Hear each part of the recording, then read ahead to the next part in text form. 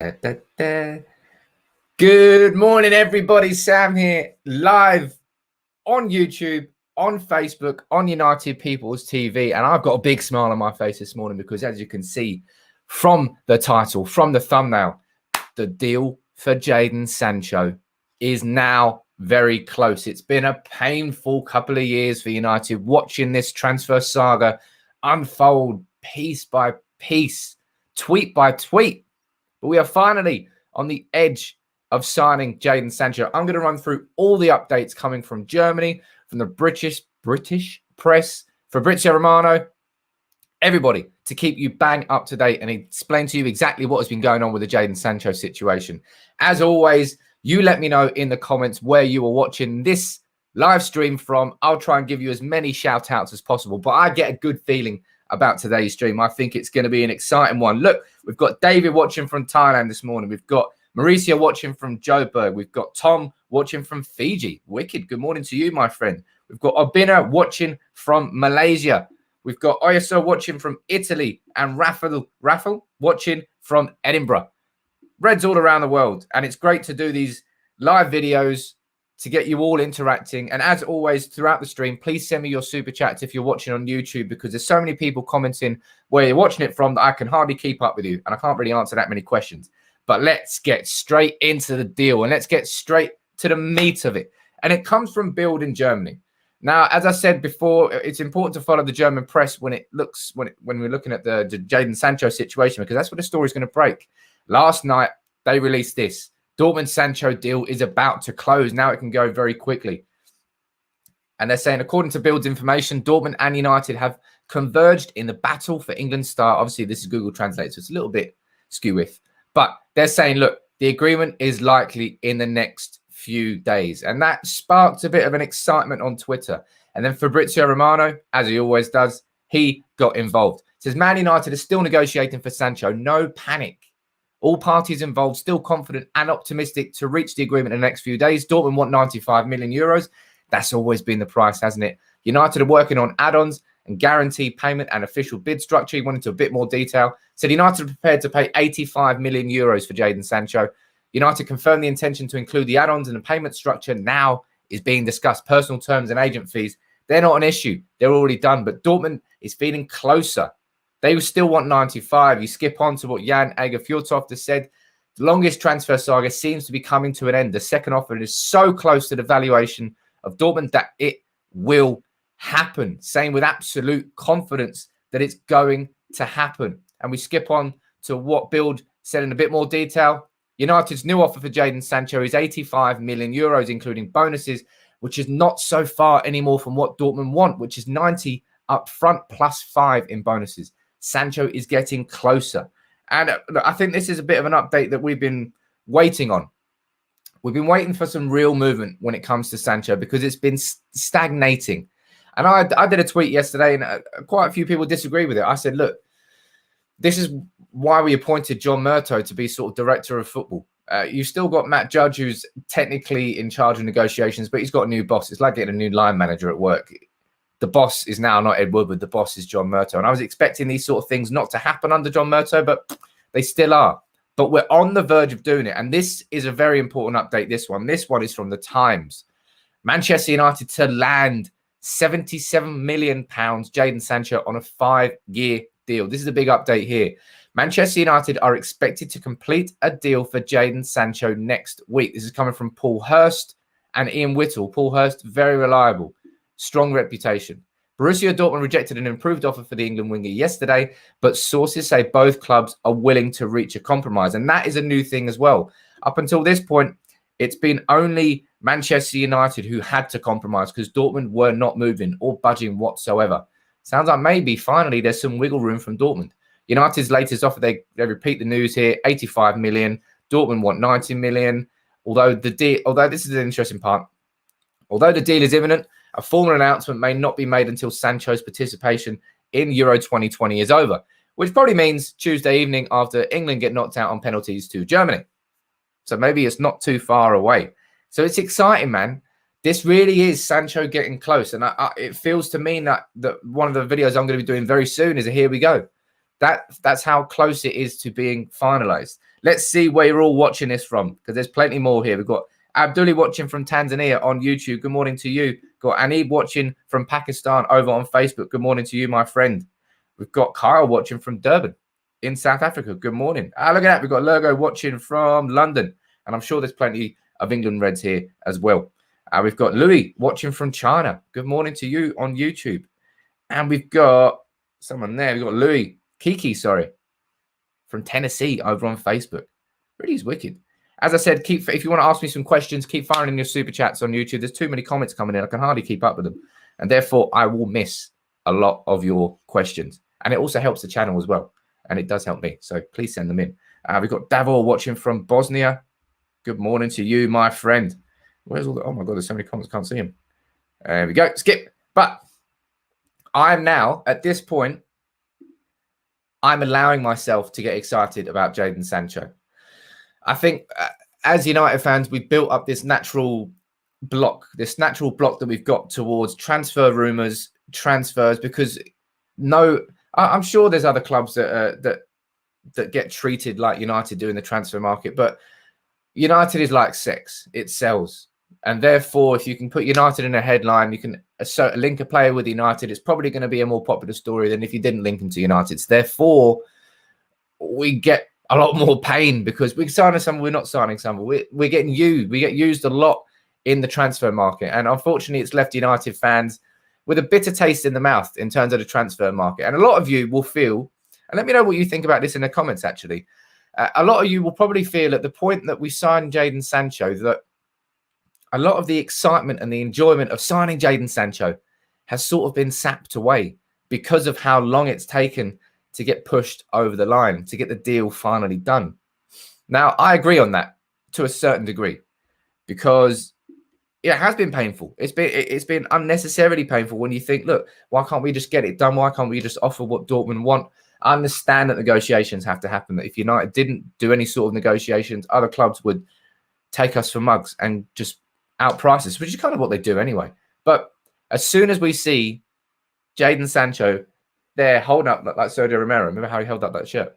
Jadon Sancho holding up that United shirt with a big smile on his face, we're all going to forget about the pain that's happened, the real pain that's happened up until this point, because Jadon Sancho will be a United player, and that is going to be an exciting time. And that, for me, is something that we're now close towards. Before I quickly move on to the comments, if you're watching this on YouTube, make sure you drop a like on the video. And if you are new to the channel, please think about subscribing. It's free, and there's plenty of these, and I enjoy having as many people watching as possible. If you're watching this on Facebook, drop a like on the video and make sure you share it so more Reds can come in and join the fun. But let's go down to the comments and see where you're watching it from, first of all, like Ballymena in Northern Ireland. Good morning to you. Jerry on YouTube watching from Singapore. How you doing? Got Dave here on Facebook saying it wouldn't be sapped away for me. I can't wait for him to join. I don't think it will be sapped away completely for everybody, and I completely agree with you. I'm excited to see him join. It's just a shame that you've got to go through this process. And I suppose maybe that's not what other clubs do. You see, look, Juventus have watched Locatelli and his excellent performances for Italy in the Euros, and they're submitting a bid this week. They're probably going to have a deal signed up and wrapped for him within a couple of weeks. It's amazing. It's amazing what other clubs can do compared to United. But as well as this news from Sancho, which for me is the most exciting news, is the big news. That's what we want to see. There's something I've really got to talk about that really impressed me yesterday. And I'm sure it impressed all of you. We all watched that game between Portugal and France. It was a hell of a game. Portugal scoring 2, Ronaldo scoring 2, France scoring 2, Benzema scoring 2. Penalties galore. But for me, it was one individual performance. Because look, you can see Ronaldo got an 8. Benzema got an 8. Have a quick look. Who else got an 8? Paul Pogba. Paul Pogba last night against Portugal was nothing short of magnificent. And I want to use these excellent pass progression maps to really highlight how good he was. 99 passes, 97% accuracy. And if you watched the game and you watched how Pogba played, it wasn't just that Pogba was doing short passes sideways. Because if you look at these passing stats, They can make centre-backs like Ruben Diaz and maybe Harry Maguire as well look far better than they are with the ball at the feet because they're just doing short, sideways passes. But Pogba was progressively passing the ball forward, 10 metres or more forward. Look at them. He created the pass that he did to Mbappe for the first penalty. Just his range of passing yesterday was nothing short of sensational. And that's what you want to see from Paul Pogba. And for me, it's a big reason why I keep banging the drum about a defensive midfielder, because the reason Paul Pogba is massively improved with France instead of United is because he's got Kante alongside him. Because having Kante alongside him allows Pogba to really just express himself, which is what Paul Pogba should be allowed to do when he's that good.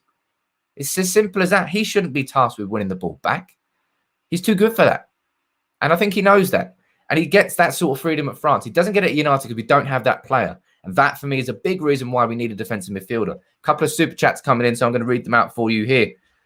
We've got one from Thomas. Good morning to you, Thomas. Maybe get a head start on Haaland if we get Sancho this year. It would surely benefit Sancho, United, and, of course, Haaland.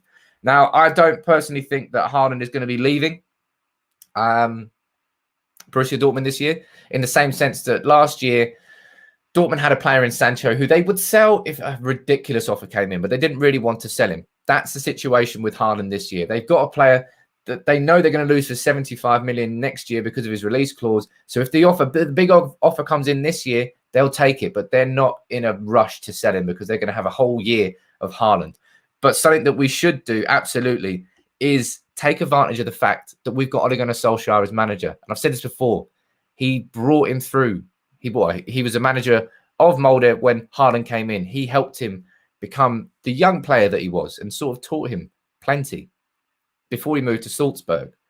Solskjaer's got to use that and use the Norwegian connection as well, because he absolutely has to. He absolutely has to. Got another comment here coming from Abhijit.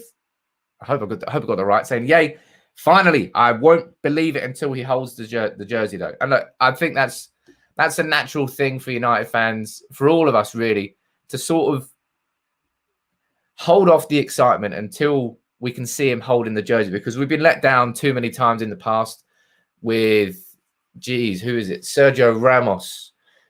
Who is it that got really close and then didn't sign? Maybe Wesley Sneijder, Gaetan. There's been so many players over the years that the transfer sagas have just gone on and on and on, and United have been left empty-handed with red faces. Now, Jadon Sancho will not be that situation. I've said this kind of with real confidence that I said at the start of the summer, it was in my predictions for the summer transfer window that we were going to sign Jadon Sancho. And it seems like it's now finally on the edge of happening. I won't believe it until he's holding up the shirt. I agree with you, my friend, but I'm also filled with real confidence that this time is different. This won't end like last summer, because if you remember last summer, Dortmund wanted 120 million euros for Sancho, and we were only offering like 75, 80. That was a 30, 40 million euro difference. At the moment, we're literally 85 million to 90 million. We are 5 million euros short, which for us normal human beings is a ton of money. For United and for football transfer negotiations, it's small change. It's minor. Therefore, that's why I'm so excited about it. And there's a good comment there that's coming in from Jerry L on YouTube, which will lead me very much onto my next point. So that's the wrong comment. To here, we need rice on our plate. Well, if you're hungry, my friend, go and get some rice. We've got Jerry here saying we need to sell too. We absolutely do need to sell. We've got players like Jesse Lingard. I think I've already done this before. I sort of went through the Deadwood. We've got Jesse Lingard. We've got not Paul Pogba. We've got Phil Jones. Two clear players that we need to sell. And the reason I'm pulling that comment up is because of this, which infuriates me. Absolutely infuriates me. We've got reports here saying that Solskjaer would like a defensive midfielder this summer, but Man United may have to substantially trim the wage bill and sell well for the manager to be able to recruit one. Now, let me just quickly have a bit of a rant about this, because that's absolutely fucking madness. Defensive midfielder should be number one on our transfer priority list. Absolutely number one, without a shadow of a doubt. So to hear that United and Solskjaer need to sell players in order for us to sign one, that's mental. That really, But I genuinely do not understand United fans that don't think a defensive midfielder is our clear priority this summer. I'm actually going to do a video on it probably next week, maybe tomorrow. We'll see. I want to explain why a defensive midfielder is so important to United, and it's not just for one reason. There are so many different reasons. So to hear that United and Solskjaer might need to sell players and trim our wage bill just to get one, that makes no sense whatsoever. It should be a right back that we have to do that for, a backup right back. But we're further ahead in advance for talks for Kieran Trippier than we are for a defensive midfielder. It's absolutely mad. We've got a comment here. Thank you very much, Dark Prince on YouTube. Truth is, it's almost impossible to find a CDM of the Kante mold. I mean, Kante is Makelele on steroids. Nobody in the world plays football like that. Facts. You're absolutely spot on. Kante is the cream of the crop, the absolute top player in that role. And I don't think we're going to find a player of his quality. But there are very few players of Kante's quality. That's why Kante is so good. But it doesn't mean that we can't find someone who's like 75, 80% of Kante's quality. And I keep going on about it. Look, so many people think I'm a bit mad for keeping saying it, but Ruben Neves, and I'm going to do a video explaining and identifying exactly why he doesn't get enough credit for that position that he can play and has played over the last few years. But Ruben Neves, Wilfred Ndidi, there's so many players that could be fantastic in that role. Obviously, Locatelli has shown how good he is in that role for Italy, but he's going to be moving to Juventus. Let's have a quick look on YouTube into the comments, see where you're watching this from. We've got Rethanelli watching live from South Africa. Good morning to you. We've got Flaky Jago watching from Nigeria. Good morning to you, my friend. We've got Mustafa watching from Italy. If you can, quickly go and get Locatelli when he comes back, put him in a suitcase and bring him to United. That will be good. We've got Jim watching from Freetown. Is that South Africa? I'm not sure. We've got Braze watching from Kenya on YouTube. Good morning to you, my friend. We've got YM saying that indeed it should be our TDM. And remember, is it Leicester are signing Soumer from Lille? And they've already got Ndidi. They're just getting spoiled in that department. They could sort of share some of these players around. That would be quite nice of them. Quite nice of them. But let me quickly see what other news is breaking at the moment. PSG is the other club in. Let's have a look at this. This is coming out straight from Dioros out in Spain. Right, go back here. There we go. Let's have a look.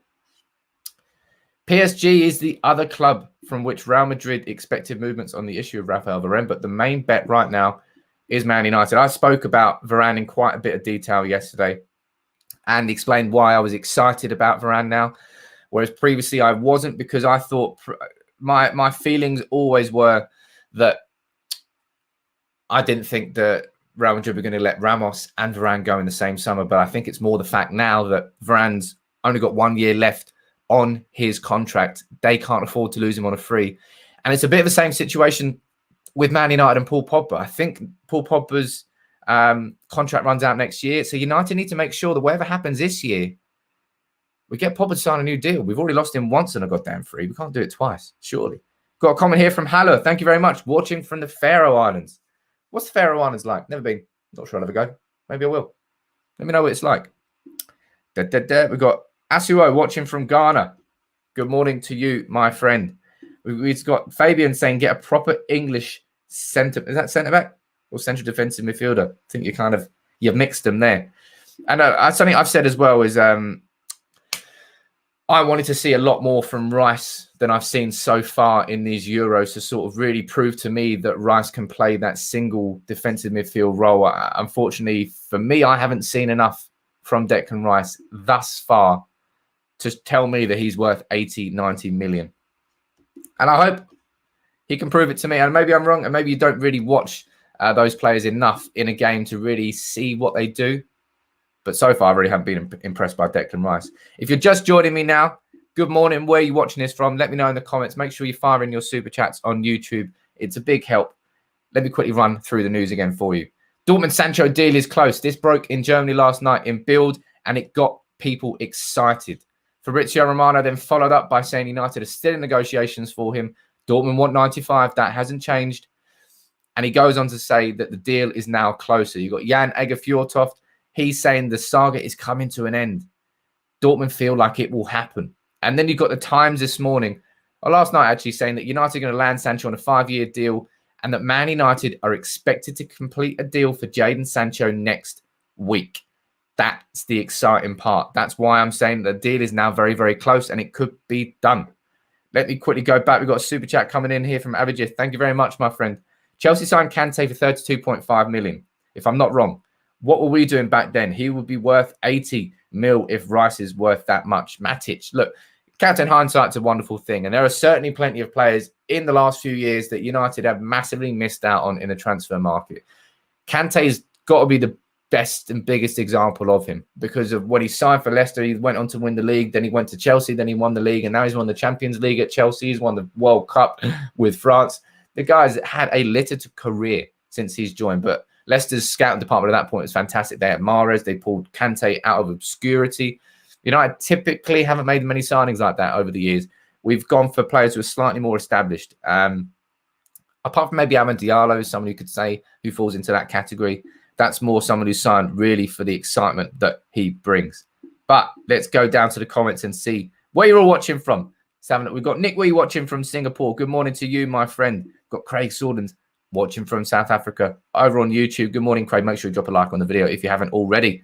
We've got Kyle watching from Botswana on Facebook. We've got Kev watching from Kenya on YouTube. Let's have a look at some of the other comments as well. Finally, someone with sense. Been saying that Rice guy is McTominay with an English passport, nothing special. And Ndidi or Neves would be nice. Now, Ndidi would certainly be that established world class. I'd probably go as far as to say he's on the verge of world class in his role. And he knows what his role is. When you watch Leicester playing, Ndidi doesn't really divert from it. He doesn't go on any barnstorming runs. He doesn't really leave his position. He does what he does. And that's why he's so important to the team, because he's happy to do it and excellent at doing it. And as I said earlier in this video, I'm going to do a video probably next week, maybe later this week, probably next week on Ruben Neves and why, for me, he would be the perfect midfield signing, because all you got to do is take a look at his stats. Don't tell you everything, but they certainly can show you what sort of player Neves is. And he stacks up against Ndidi, against Rice, and even stacks up against Kante. And that has to be the marker, because that has to be the player that we have to go for. Where are we all watching from? Damien watching from Cape Town. Good morning to you. Devon watching from Australia. And Stephen over on Facebook watching from Canada. Ibrahim saying that Neves isn't a good standalone DM. I'm going to be looking into that a bit more in that video I do as well. And Fadzi, you're right. Germany to knock England out of the Euros so that United can complete a deal for Sancho sooner rather than later. So maybe on Tuesday night, Sancho can hold that shirt. I mean, it won't happen on Tuesday night because might be a bit unfair if he gets knocked out of the Euros. So then think he's going to sign a deal. But I'm excited, man. As I said before, it feels like this is now on the verge, this Sancho deal. And it's been a long, long, painful time for United. And I wanted United to go in this summer and do it nice and early. But the Euros sort of put a blocker on that. I think if the Euros wasn't happening, I think Sancho would already be a United player. But at the same time, the Euros going on does not stop United and Dortmund from dealing with each other.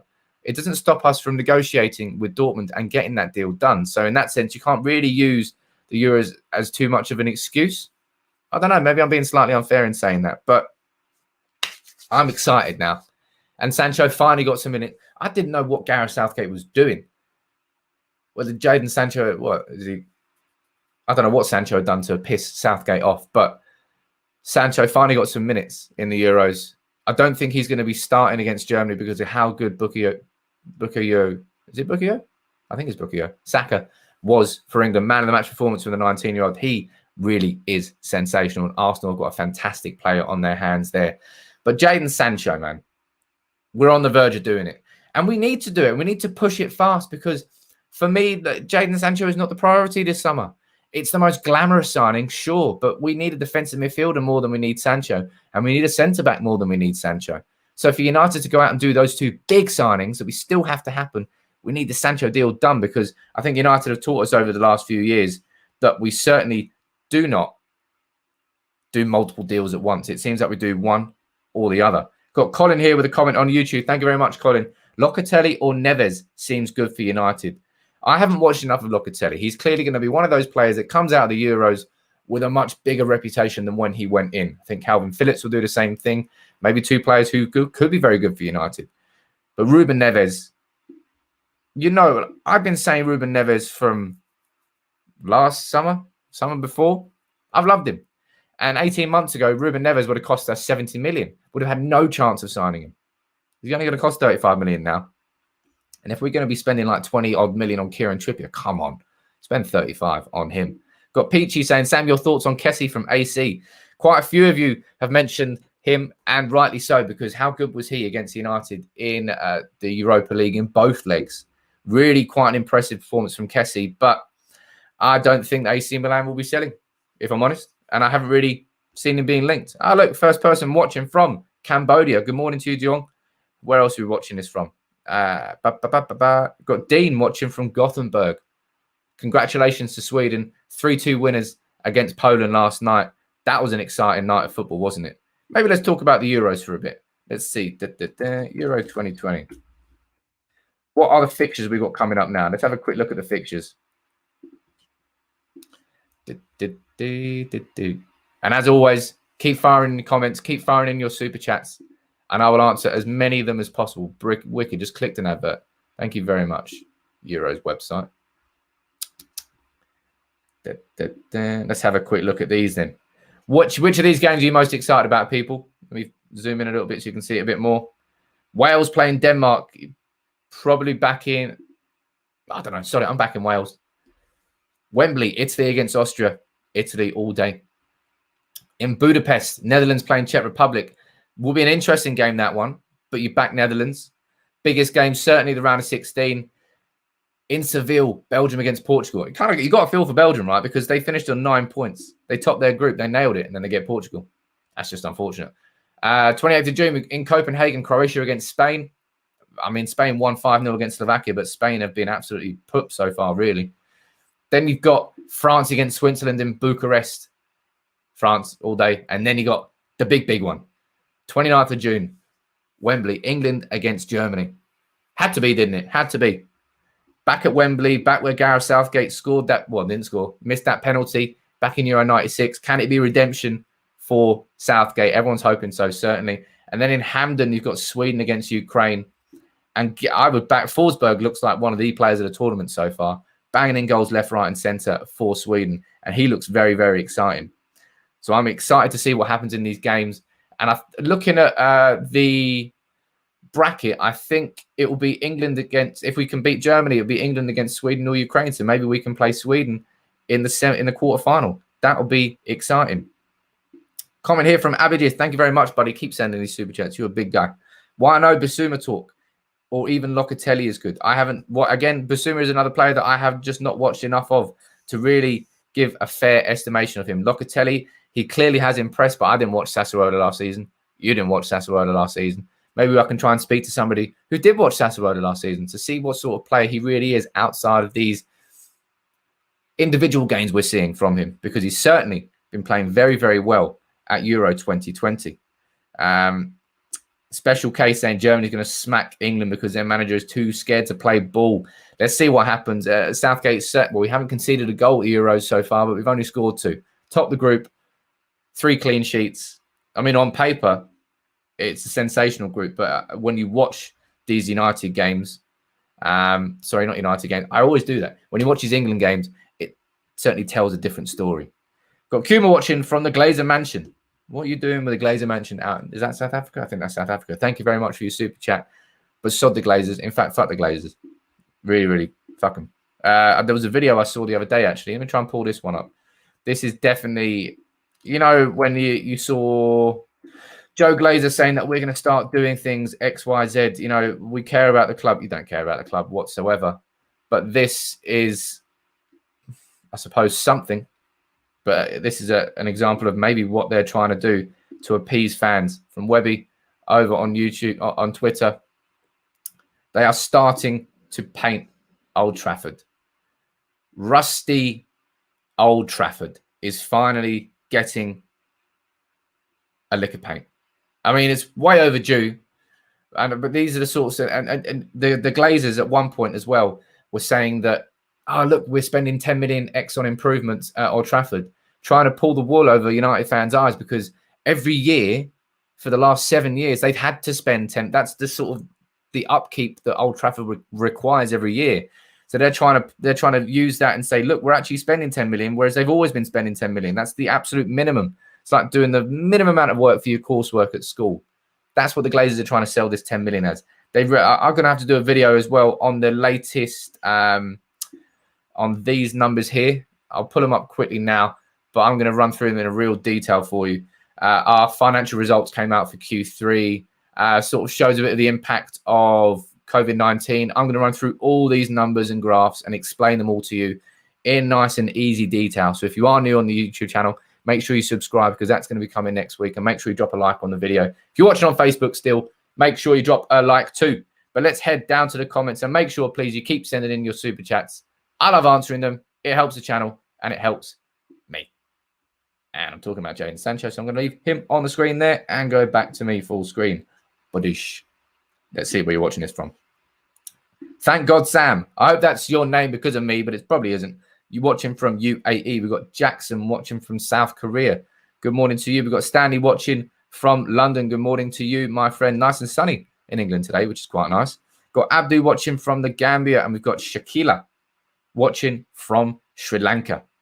Kim Wheeler over on YouTube needs more than a coat of paint to heal the gaping wound caused by the Glazers. Gaping wound.